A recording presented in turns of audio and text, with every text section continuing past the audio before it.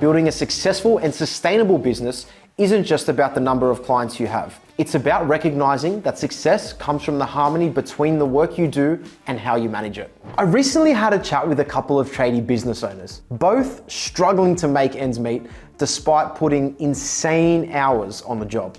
They were at their wits' end, trying to figure out why the money wasn't rolling in as they'd hoped. Sounds familiar, doesn't it? So we sat down and went through their business with a fine-tooth comb. And guess what? We uncovered some common mistakes that were keeping them from maximizing their profits and running their businesses efficiently.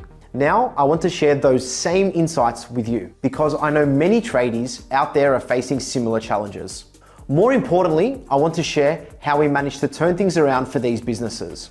Let's start with their first problem. One of the biggest mistakes we found was the lack of clearly defined roles. Both business owners were trying to juggle everything themselves, from managing clients and scheduling jobs to handling finances and marketing. They were stretched so thin, they couldn't focus on what they did best, their actual trade. Here's the thing, by spreading yourself too thin, you're actually hurting the business more than helping it.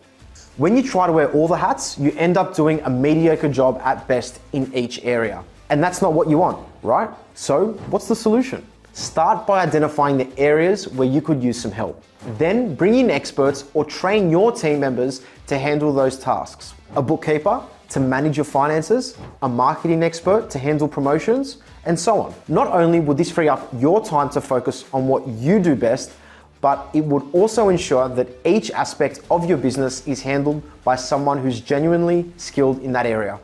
Another roadblock they faced was not utilizing technology and systems efficiently. It's like trying to build a house with hammer and nails when you've got power tools sitting right there collecting dust. Why make life harder for yourself, right? Now, I know what you might be thinking. I'm a tradie, not a tech whiz. But here's the deal. You don't have to be a computer genius to make technology work for you. There are plenty of user-friendly tools and systems out there that can help you streamline your business operations. For example, software like Xero, QuickBooks, and MYOB make bookkeeping and financial management a breeze. With features like automated invoicing, expense tracking, payroll management, these tools can help you stay on top of your finances and keep your books in order. Another major issue for these trade business owners was not having a strong pricing strategy that considered overhead expenses and equipment costs. If you don't establish a clear pricing strategy, it becomes difficult to ensure profitability for your business. Let's break it down with an example. Say you're an electrician and you charge $75 per hour for your labor. Sounds reasonable, right? But have you considered the hidden costs? Things like insurance, vehicle maintenance, tools, office expenses can all quickly add up. For example, if your monthly overhead expenses come to $6,000 and you worked an average of 160 hours per month, you're looking at an additional $37.50 per hour just to cover your overheads. So in reality, you should be charging at least $112.50 per hour, which is your $75 plus your $37.50 per hour just to break even.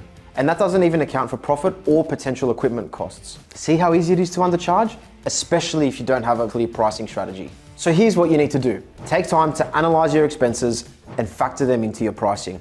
Consider things like materials, labor, overheads, and equipment costs.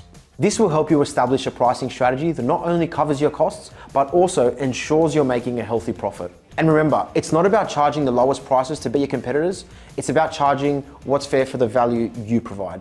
Tradie business owners also tend to struggle to onboard new clients. A well-structured onboarding process is essential for setting the right expectations and building strong relationships from the get-go.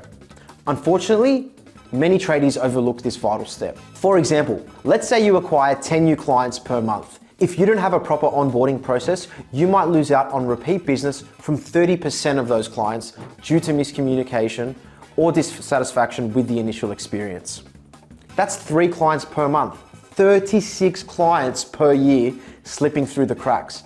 And that's a lot of potential income lost. Instead, focus on establishing a streamlined onboarding process that clearly communicates your services, pricing, and timelines.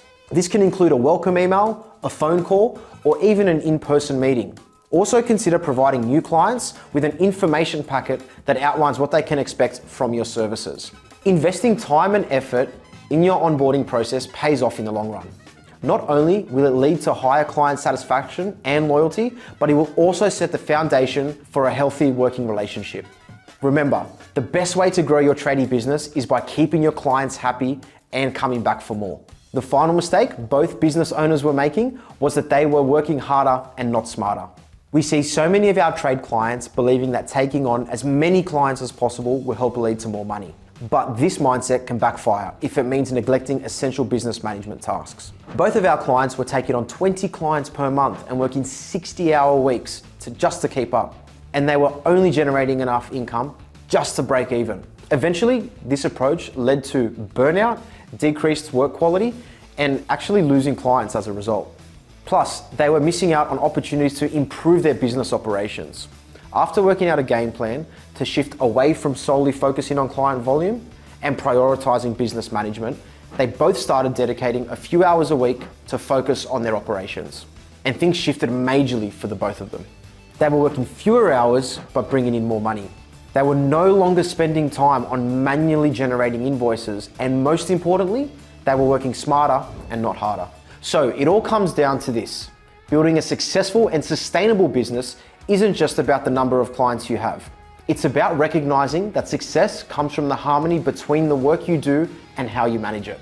I know it can be a tough pill to swallow, especially when we're conditioned to think that hustling and grinding are the only way to succeed.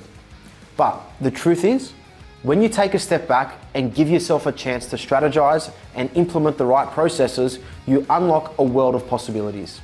If you have any questions, please feel free to leave them in the comments below and we'll get back to you. My name's Jordan from Grey Space Advisory. Thanks for listening and we'll catch you next time.